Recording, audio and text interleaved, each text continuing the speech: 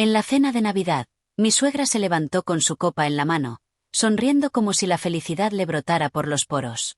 Familia, hoy quiero presentarles a alguien muy especial para mi hijo, dijo casi cantando. Ella es Siena, la nueva novia de Marcos. Mi esposo. Mi Marcos. Mi aún legalmente esposo. Yo respiré hondo, sonreí con una calma que no me pertenecía, levanté mi copa y dije con claridad. Solo un recordatorio para empezar la velada. La casa, los coches y las cuentas principales están a mi nombre. El silencio que siguió fue tan profundo que pude oír el hielo de una copa derritiéndose. El mejor regalo de esa noche. Me llamo Elena Carter, y hasta hace apenas 8 semanas creía tener un matrimonio estable con Marcos Duval. 6 años juntos, 3 de casados. Pensaba que éramos un equipo, que estábamos construyendo un futuro sólido. Qué ingenua fui. Las señales habían estado ahí. Las noches de trabajo. Las duchas repentinas al llegar a casa. Su teléfono siempre boca abajo. Y ese olor a perfume dulce que yo nunca había usado. Pero yo lo atribuía al estrés. Marcos era gerente en la empresa de logística familiar Duval Cargo, mientras yo dirigía desde casa mi agencia de campañas digitales. Todo encajó el día que vi una notificación en su móvil mientras él se duchaba. Mañana te veo. Tu madre dice que la familia ya cree que solo somos amigos. Qué ganas de que sea oficial. La remitente. Siena Vale. Y su madre era Patricia Duval, mi suegra. La misma mujer que jamás me aceptó por no venir de una familia con apellido. La misma que siempre soñó con casar a su hijo con alguien de su nivel. Ahí lo entendí todo. Ella no solo sabía de la infidelidad.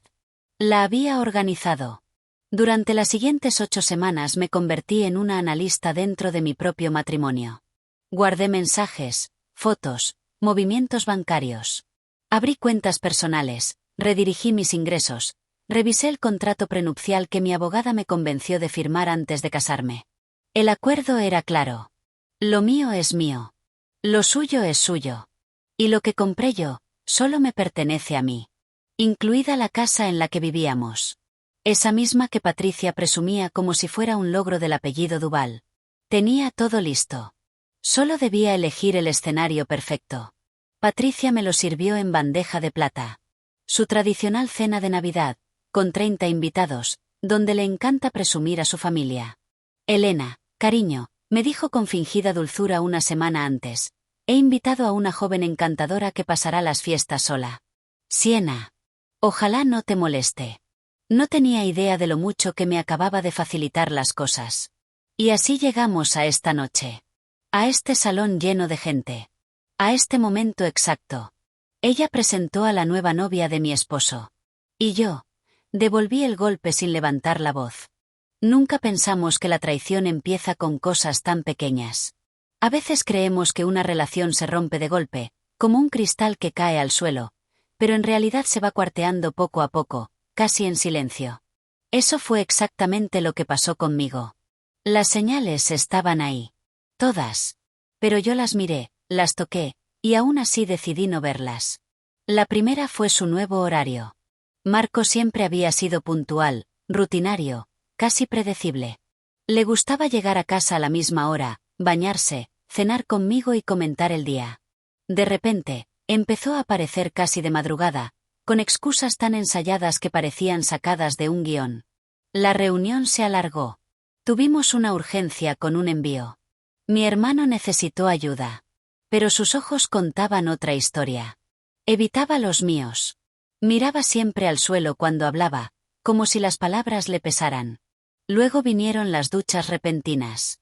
Apenas cruzaba la puerta, iba directo al baño. No saludaba. No preguntaba cómo había estado mi día. Solo, desaparecía bajo el agua. La tercera señal fue su teléfono, convertido de pronto en un objeto sagrado. Siempre boca abajo. Siempre en silencio. Siempre con la pantalla bloqueada con un código que cambió sin avisarme. Antes solíamos compartirlo todo. Contraseñas, recordatorios, alarmas. De un día para otro, era como si su teléfono fuera un diario personal lleno de secretos. Y luego, el detalle que me perforó el pecho sin que yo quisiera admitirlo.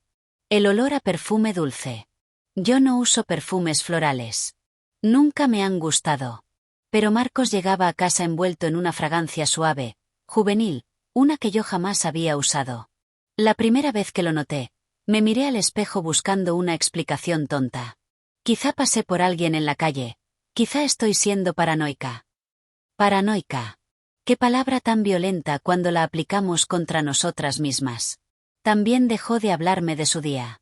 Antes me contaba todo: proyectos, problemas, ideas, discusiones con su madre.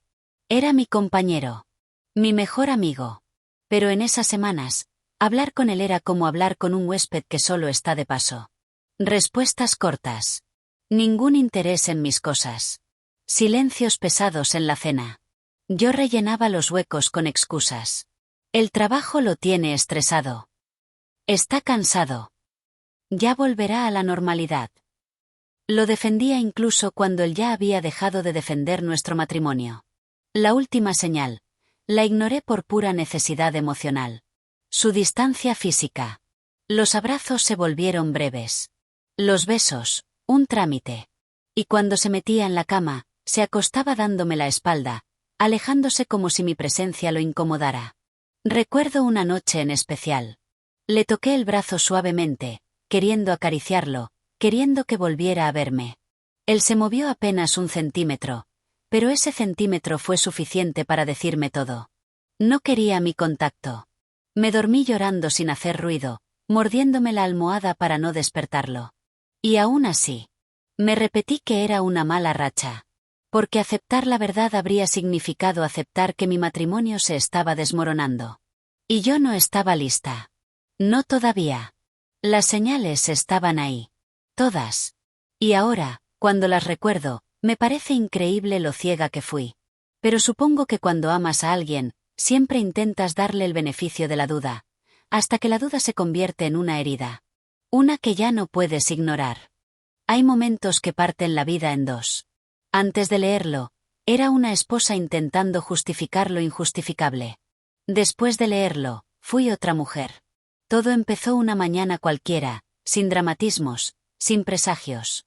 Marcos estaba en la ducha y había dejado su móvil cargando sobre la mesita. Algo que ya no solía hacer. Ese detalle, tan simple, ya me puso el corazón a latir más rápido de lo normal. Yo no quería buscar nada. No quería ser esa mujer que revisa el teléfono de su marido. Pero entonces escuché el sonido de una notificación.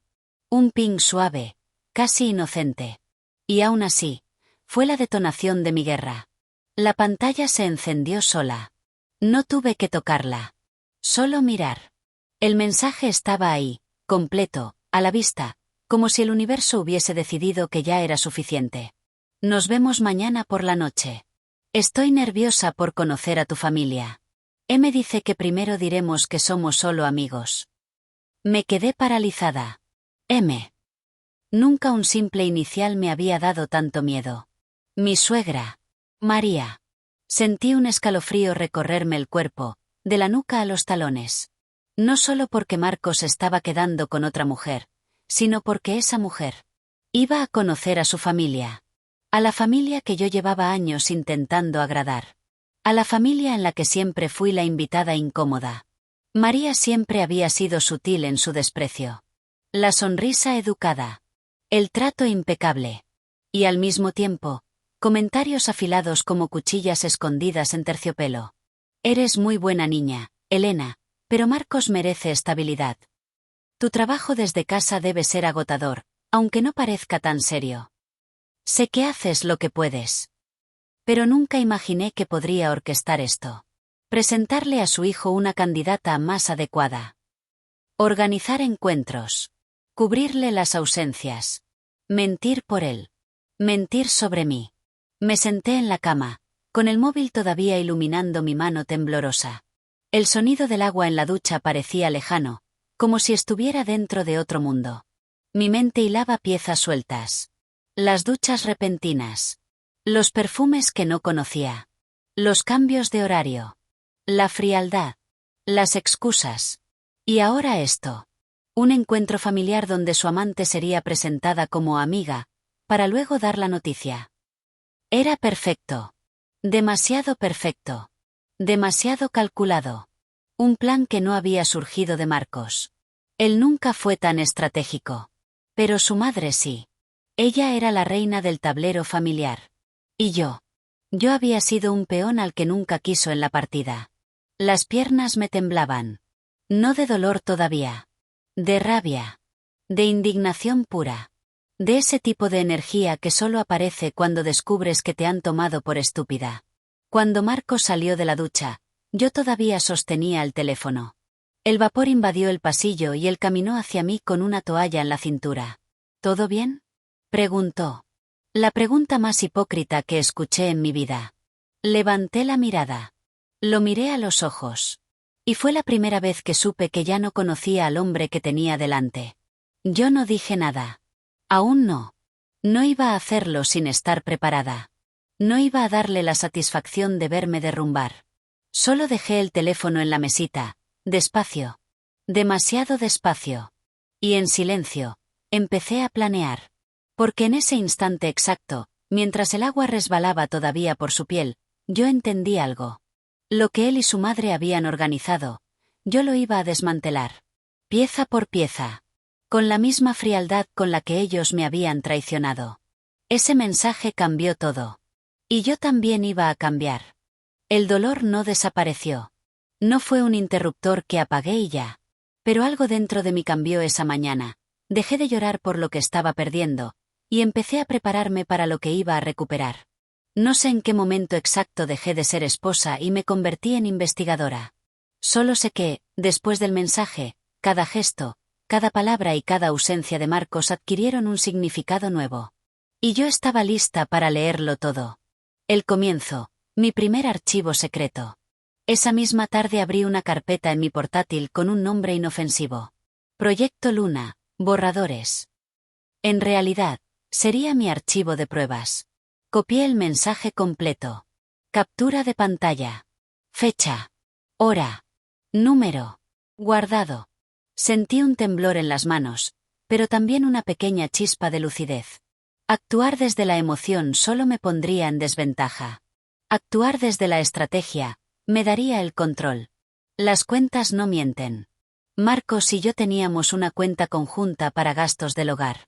Él nunca había sido especialmente cuidadoso con el dinero, pero de un tiempo a esta parte, ciertos movimientos me parecían anómalos. Esa noche, cuando él dormía profundamente, demasiado profundamente, abrí el banco desde mi móvil. Restaurantes que no reconocía. Reservas en fecha doble, una factura pequeña, otra grande. Gastos en boutiques femeninas. Y lo más evidente. Consumos en una cafetería cerca de la inmobiliaria donde trabajaba la amiga. Tomé capturas. Cada una acompañada por notas. Excusa, reunión con proveedores. Realidad, cita. Mintió sobre el almuerzo con su hermano. No era solo el dinero. Era la precisión con la que quedaban marcadas las mentiras. El mapa de sus ausencias. Luego conecté las piezas que ya tenía mentalmente. Las noches que llegaba tarde, los fines de semana ocupados, los días en los que su madre insistía en que la visitara. Todo coincidía con ciertos pagos repetidos. Mismos barrios, mismos horarios, mismos patrones. Comencé un pequeño mapa en mi libreta, marcando puntos donde Marcos aparecía una y otra vez sin explicación lógica. Calles. Cafeterías. Tiendas. El gimnasio. Era casi ridículo lo predecible que resultaba cuando dejé de confiar en su palabra. El teléfono. La mina de oro. Un día, mientras él se duchaba otra vez, como siempre, directo al baño, sin mirarme, dejé colocado mi teléfono a un lado, grabando nota de voz con la pantalla apagada. No para grabarlo a él, sino para grabar el tono de sus mensajes. Las vibraciones eran diferentes según la app. Los sonidos según cada contacto. Las pausas entre mensajes. Fueron 17 minutos que escuché y analicé más tarde. No obtuve textos. Claro. Pero sí el patrón. Mensajes cortos, seguidos, a ritmo de coqueteo. Una conversación viva. Activa. Comprometida. Conmigo ya no hablaba así desde hacía meses. Las fotos que él no sabía que dejaba atrás. Si algo he aprendido de convivir con Marcos es que era desordenado con todo, excepto con su engaño. Creía ser cuidadoso. Pero siempre dejaba huellas. El recibo arrugado de una floristería dentro del bolsillo de su abrigo. La tarjeta de un restaurante elegante escondida en un cajón. Un ticket del cine donde no habíamos estado juntos en más de un año. Nada incriminaba de forma directa, pero el conjunto era suficiente para dibujar la silueta de lo que estaba ocurriendo. Tomé fotos de todo. Fechas. Precios. Ubicaciones. Cada detalle era una pieza del rompecabezas. Y luego estaba ella, mi suegra. María. De pronto empecé a notar cada vez más sincronía entre sus comentarios y las ausencias de Marcos. Estará ocupado, cariño, déjale descansar. A veces los hombres necesitan su espacio. No seas tan exigente, Elena, los matrimonios pasan por fases. Su tono dulce. Pero siempre justo antes o después de alguna mentira de Marcos. Ahí entendí que no solo había silencio entre ellos. Había coordinación. Así que empecé otra subcarpeta. Intervenciones de María. Anoté días, frases, coincidencias. La sensación de estar siendo manipulada dejó de ser intuición y pasó a ser evidencia. De víctima a estratega. El dolor seguía ahí, claro. Pero ya no era paralizante. Era combustible. Me sorprendió lo rápido que la rabia se convirtió en claridad. Ya no lloraba en la ducha. Ya no revisaba su rostro esperando una señal de cariño. Ya no buscaba explicaciones. Estaba avanzando. Y no por venganza exactamente. Sino porque no iba a dejar que nadie, ni Marcos ni su madre, decidiera mi final. Si iban a jugar sucio, yo iba a jugar con técnica. La investigación no era solo para descubrir la verdad. Era para prepararme. Para protegerme. Para asegurarme de que cuando llegara el momento, yo tendría todo en mis manos. Porque una cosa comprendí muy pronto. Marcos tenía una amante. Pero su madre tenía un plan. Y yo acababa de empezar el mío. El hallazgo fue casi como un soplo de aire fresco después de semanas de tensión. Mientras hojeaba los documentos legales en mi despacho, algo dentro de mí cambió. El miedo y la rabia empezaban a transformarse en una ventaja silenciosa. Habíamos firmado un acuerdo prenupcial antes de casarnos, un detalle que Marcos siempre había considerado innecesario y que había tomado a la ligera. Pero ahora, con la traición de Siena confirmada y la complicidad de su madre, aquel papel cobraba un poder inesperado. El contrato era claro, lo mío seguía siendo mío, lo suyo quedaba limitado. La casa que habíamos comprado juntos, los autos, mis inversiones personales, todo estaba protegido. Cada cuenta bancaria, cada bien inmueble estaba a salvo bajo mi nombre. Sentí un escalofrío de satisfacción al darme cuenta de que, mientras ellos creían que me habían dejado indefensa, yo tenía el control absoluto de la situación. La traición que Marcos y Siena habían planeado con tanto cuidado se estaba topando con un muro legal que no podían derribar. Era un recordatorio poderoso. Mi previsión y mis decisiones pasadas me daban más poder del que ellos jamás imaginaron. Y con ese conocimiento, podía empezar a trazar un plan que no solo me protegiera, sino que también les hiciera pagar el precio de su engaño. Con el prenupcial en mano, supe que era momento de actuar con precisión. No podía dejar nada al azar. Contacté a mi abogada, Clara Reynolds, con quien ya había trabajado en asuntos de negocios. Su mirada sabia y tranquila me hizo sentir que finalmente tenía un aliado que entendía tanto mis emociones como la estrategia necesaria. Juntas comenzamos a revisar y reorganizar mis bienes, cuentas bancarias, inversiones, pólizas de seguro y propiedades. Cada documento, cada firma, cada detalle legal se convirtió en un paso hacia la protección total. Clara me enseñó cómo mover fondos discretamente, cómo crear capas de seguridad para que Marcos y Siena no pudieran interferir y cómo preparar la evidencia que demostraría su traición si fuera necesario. Pero no solo era dinero. También estaba mi empresa, el proyecto que había levantado con años de esfuerzo. Redactamos nuevas cláusulas para blindarla, cambiamos accesos, establecimos protocolos y creamos cuentas de respaldo. Todo estaba diseñado para que, si ellos intentaban atacar, se toparan con un muro infranqueable. Mientras trabajábamos, sentí que mi dolor se transformaba en poder sereno. Cada decisión que tomábamos era un paso más hacia la revelación perfecta, ese momento en que todos los que me habían subestimado entenderían que habían elegido mal. Clara me recordó algo que nunca olvidaré. No se trata solo de proteger lo tuyo, Elena. Se trata de usar la estrategia para que ellos paguen por su arrogancia y su falta de respeto. Con ese pensamiento, la sensación de vulnerabilidad desapareció. Sabía que estaba lista. El escenario estaba casi completo. Solo faltaba elegir el momento perfecto para dar el golpe final. Desde que me casé, supe que María no me aceptaba. Nunca lo dijo directamente, pero sus gestos, sus palabras y su manera de mirarme lo decían todo.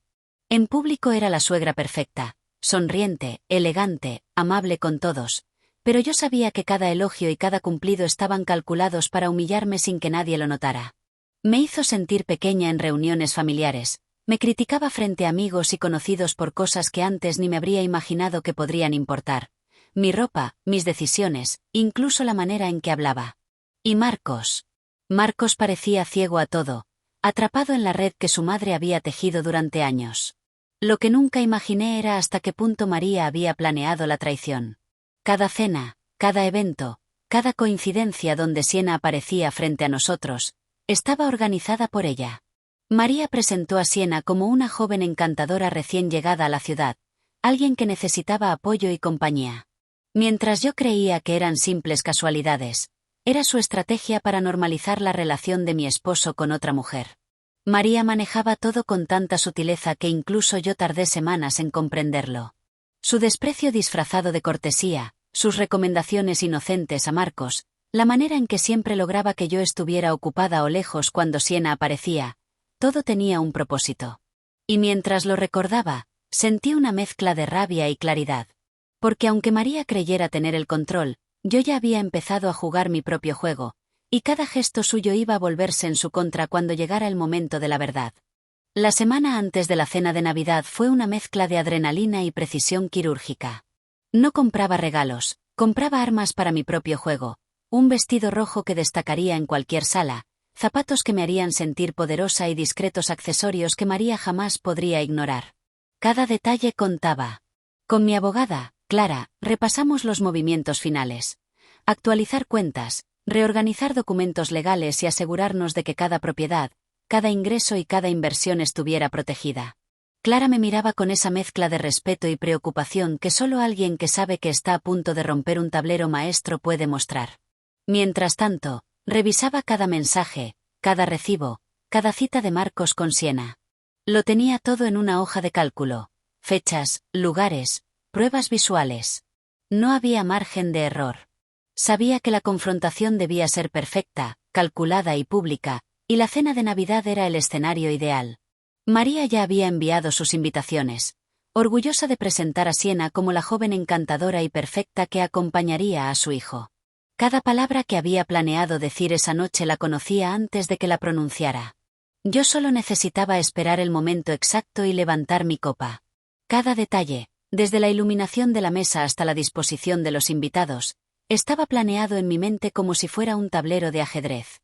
Y mientras colocaba cada pieza, sentí una claridad y determinación que no había sentido en meses. La noche se acercaba y yo estaba lista para hacer que María y Marcos descubrieran, frente a todos, que la reina del tablero ya había hecho su jugada. La noche finalmente llegó. Entré en el salón con el vestido rojo que había elegido semanas antes, sintiendo como cada mirada se clavaba en mí. Sonreí, saludé con cortesía, pero por dentro mi mente era un tablero de ajedrez, cada invitado una pieza y yo lista para mover la mía. María no tardó en aparecer, radiante, con Siena a su lado, presentándola con orgullo exagerado como la nueva pareja de mi hijo. Cada palabra que salía de su boca estaba impregnada de esa falsa amabilidad que siempre había detestado. La sala se llenó de murmullos, y yo noté como varios invitados intercambiaban miradas confusas. Tomé mi copa, la levanté y dejé que mi voz se escuchara firme. Me alegra que todos estemos juntos esta noche. Quiero aprovechar para recordar que la casa, los autos y las cuentas están a mi nombre. El silencio que siguió fue inmediato. Siena se quedó inmóvil, con la sonrisa congelada. María parpadeó, como si el mundo se le hubiera caído encima. Marcos bajó la mirada, sin palabras, mientras yo seguía hablando, cada frase calculada, cada pausa estratégica. Narré con calma cómo había llegado a descubrir la verdad, mencionando detalles que solo yo conocía, mensajes, cenas, fotos. No tenía que gritar ni suplicar. La evidencia hablaba por sí sola. Cada invitado podía ver la reacción de María. El orgullo convertido en vergüenza, la seguridad en duda. Marcos intentó interrumpirme, pero yo estaba preparada. Clara, mi abogada, había dejado copias de todos los documentos y pruebas a mano, visibles para quien quisiera ver. La caída de máscaras fue lenta pero inevitable. Miradas incómodas, murmullos y el peso de la verdad en la habitación. Cuando bajé la copa y sonreí, no era solo una celebración de Navidad. Era mi victoria silenciosa. Había esperado el momento exacto, y la mesa estaba cubierta con la verdad que ellos habían intentado ocultar durante meses. Esa noche, su mundo se desmoronó frente a todos, y el mío, por primera vez en semanas, recobró control, dignidad y libertad. La mañana siguiente fue extrañamente tranquila. El salón de la noche anterior seguía fresco en mi memoria, pero ahora todo se trasladaba a conversaciones más privadas. Marcos evitaba mi mirada, consciente de que su juego había terminado. María, por su parte, mantenía un silencio tenso, intentando recomponer su fachada, pero sin éxito. Clara me acompañó para revisar los pasos legales, ajustes de cuentas, protección de la empresa y documentación adicional que blindara cada uno de mis bienes. No era venganza, era asegurar mi independencia y mi tranquilidad. Marcos finalmente habló, con un tono que oscilaba entre la súplica y la incredulidad. Elena, yo. No terminé la frase. Sabía que lo que debía decir no cambiaría nada. Mi decisión estaba tomada desde hacía semanas, y las pruebas habían hecho el resto. Elena comenzó a organizar su nueva vida. Retiró cuentas, reestructuró contratos, y se permitió un momento para respirar. Por primera vez en mucho tiempo, el control estaba en sus manos, y la sensación era liberadora. Las lecciones aprendidas, el dolor soportado y la estrategia calculada culminaban en este instante. Un nuevo comienzo con dignidad y claridad, lejos de la traición y la manipulación. El silencio de esa mañana no era vacío, era el preludio de su libertad.